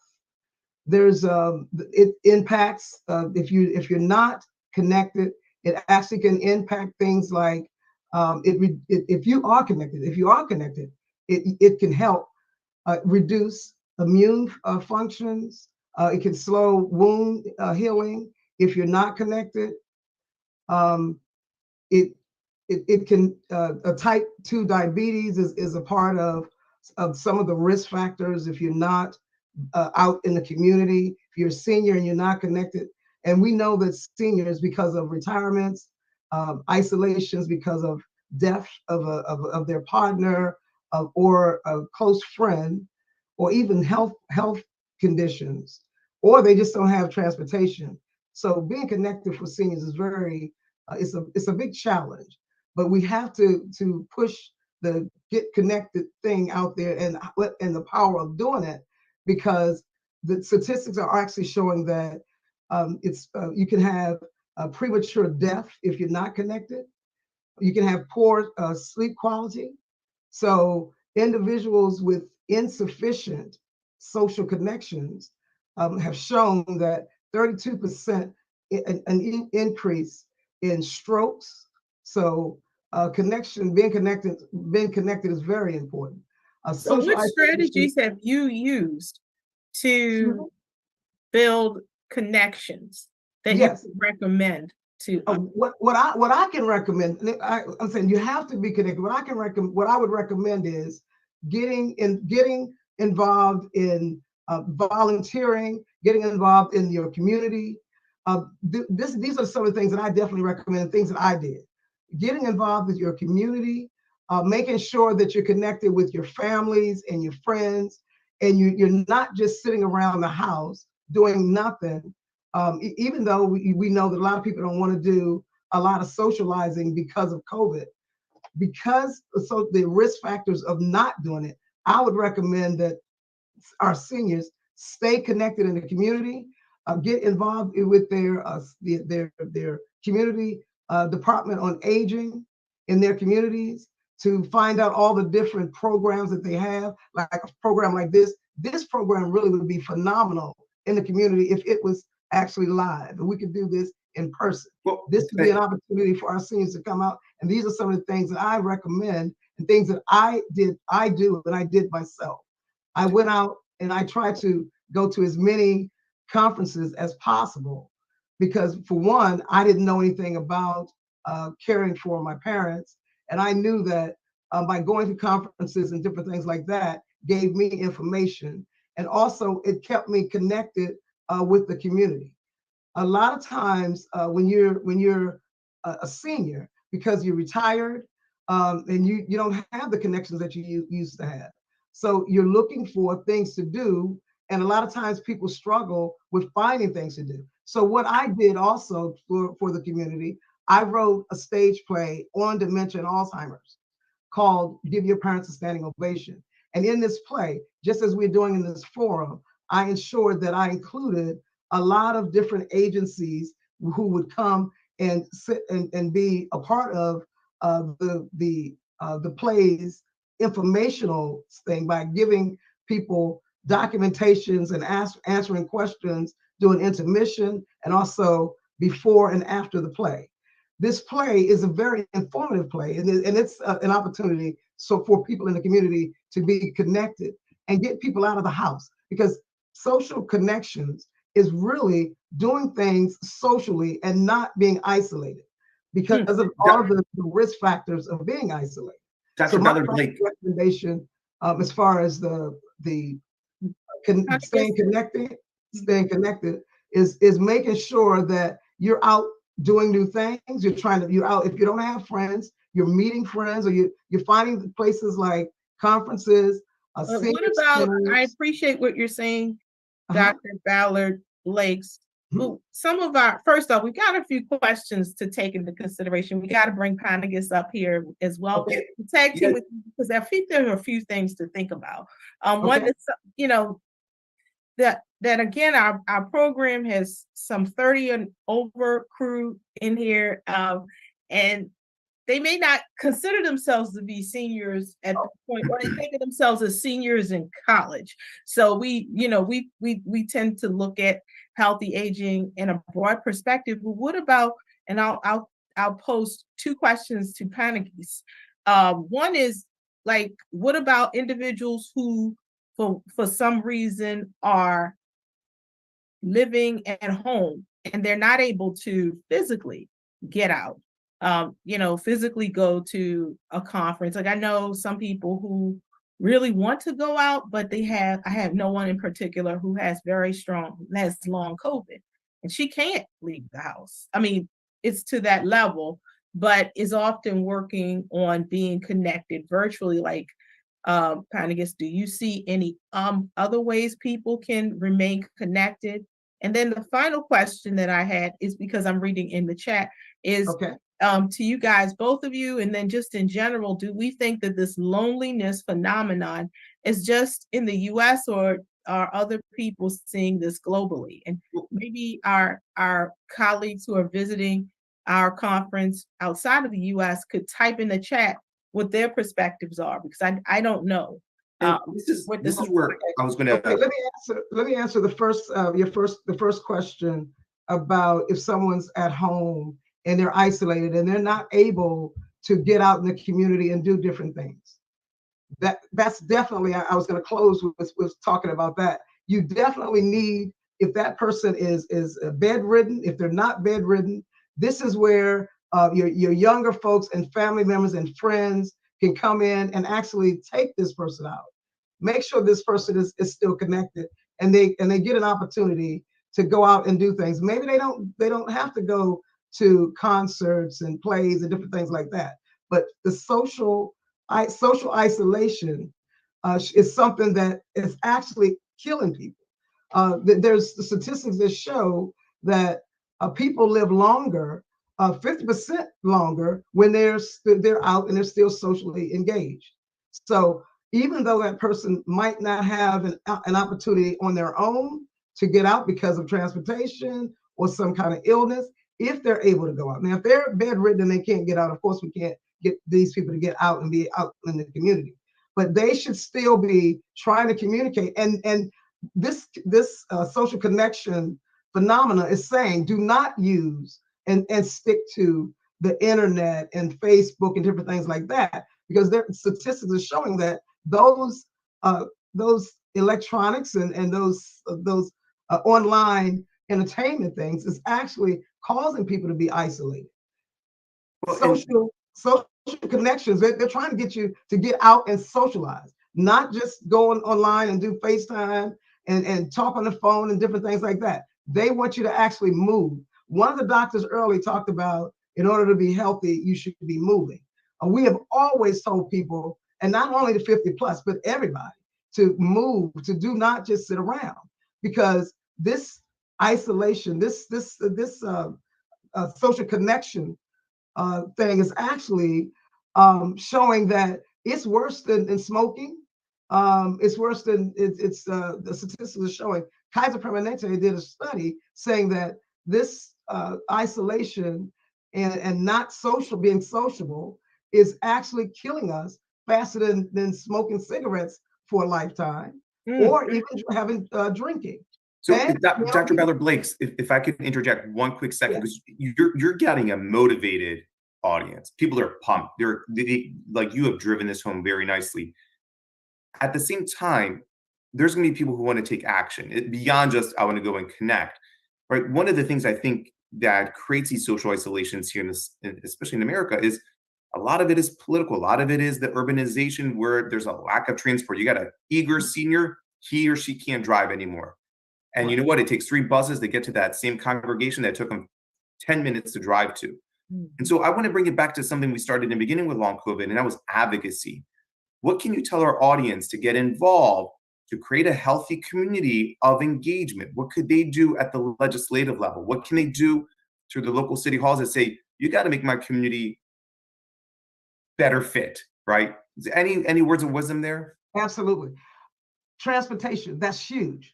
This is why I said check with your the senior centers. A lot of senior centers, even though you're not actually a part of that senior center, they provide transportation for seniors, whereas they pick up seniors, they take them to the parks, they take them shopping, they do all these different day trips. Also, the Department on Aging, the social services, all of those kind of state and community organizations provide transportation. They also give conferences, not as intense as this one, but they do give conferences where they talk about having the family members, which would be all ages, to be included in helping seniors stay connected. So maybe it's not a family member, but this is a senior in your community. We can get the younger folks to come out, or family members, and maybe take that person out for a day. Take that person shopping, but we're asking that they don't do the shopping for them unless they're bedridden. Yeah. Try to get that person to get out of the house. That person can go to the park, even if they don't get out and walk much. They can go to the park. They can go to some of the malls, and you see seniors at the malls all the time, walking around, meeting each other. So they can do that. But we need to get need to get more transportation and have more programs that engage our seniors to keep them connected. We're trying to get them out of the house. First, we were just telling them to move, but now we're seeing that just telling them to move and stay within their house, even though a lot of people talk about COVID and all these other things that they're afraid of in the community. We're saying that for your health, because if you're not connected. Thank you so much, Dr. Ballard. Yeah, Dr. Ballard-Blakes, amazing. So we're wrapping up just because we want to be courteous at time so we can wrap up. Listen, my friend, you got me massively motivated. So I cannot thank you enough for drawing attention to something as you made a case. Like, this is, our Surgeon General put out a report, the first one ever. This is an epidemic. So Dr. Ballard-Blakes, we appreciate you, my friend, and your message is palpable and will transcend. Thank you so much. Thank you. No worries. Crystal Evans, I mean, we went from long COVID, hearing, we went to social, we covered the gambit in healthy aging, and I got my floor mat out ready to do some Tai Chi, Dr. Ouyang, so I can't thank you enough. Shall we go ahead and end? So first off, we are just so inclusive. Again, we are touching people in Baltimore, and we've gone as far as Australia, Greece, Africa. I mean, I saw the shout outs. And so we are a very inclusive and involved community. And we thank you so much, Dr. Blakes Ballard, for giving us those recommendations. And we are going to close out with our mindfulness practice, because as you guys can see, we're all about staying connected, being aware of our health, our physical, mental, overall well-being, and we want to use this virtual space to be connected. So our very own Jennifer Ayana Harrison will take us through a mindfulness practice. Thank you. Thank you, and good evening, everyone. This has been very powerful, and I'm going to just allow all of us to have a moment of reflection, because as we talk about other people outside of this particular audience, and I know we do have other people here, we want to be mindful that we're all a part of a human family, and that this is about building relationships and connecting with people heart to heart. So I want to provide a brief exercise that we can all participate in, because I think we all need to have moments where we learn how to manage our emotions, because our emotions and feelings are directly tied to our health and well-being. And I think Dr. Blake just made a great analogy of that, and also Cheryl Maxwell from the Black Mental Health Alliance. I'm going to teach you a technique called heart-focused breathing. The heart and the brain are connected in this exercise. The first thing I want you to do is I want you to think of a moment in time where you felt peaceful, you felt loving, you felt supported, you felt compassion for other people. I want you to call up a moment in your life where you felt so good about yourself. You felt the well-being. You felt appreciated. You felt honored. See if you can just call up that moment in time and hold it. What did that feel like? How did your body feel? How did your brain feel? A feeling of love and compassion, a feeling of connectedness with other people.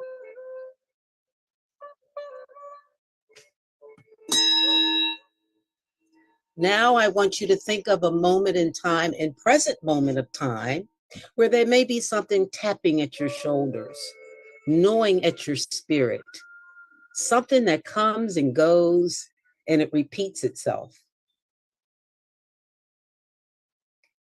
And this is something about you, not anybody else. Something that you would just like to empty out.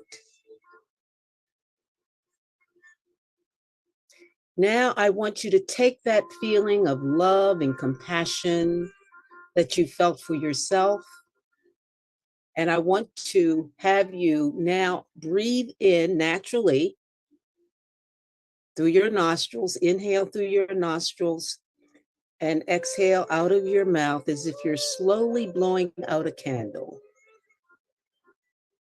So as you call up this feeling that you've had of love and compassion, I want you to inhale that feeling, hold it, and I want you to exhale that feeling and send it out to whatever is bothering you or any feeling that you have about anything in the present moment in time. So we're going to do this together. We're going to inhale love and compassion. And we're going to send that love and peace and compassion to any situation that you may be experiencing currently in your life. And we're going to send it out. This is called heart-focused breathing. The body knows what to do. It's very, very intelligent. So as we're inhaling and feeling that love and compassion and sending it out to ourselves or any situation or even to the world, there's a release of energy, and that the body is actually feeling this and sending out hormones in the body that either work for us or against us. So our feelings and emotions play a major, major role in our health and our well-being. So you can do this and hold that space within yourself. So wherever you are, whatever you're doing, you can just take a second to inhale love and compassion and exhale that feeling and send it out to yourself or any situation that may be creating some diseasiness. I hope that helps. Thank you. Thank you so much, Jennifer. I feel excited. I feel encouraged. We want to thank everyone for coming to the Healthy Aging Forum. We hope you will join us again tomorrow. And that's a wrap. It's 7:01. We'll see you tomorrow. We'll send out the surveys. Thank you. Have a good night.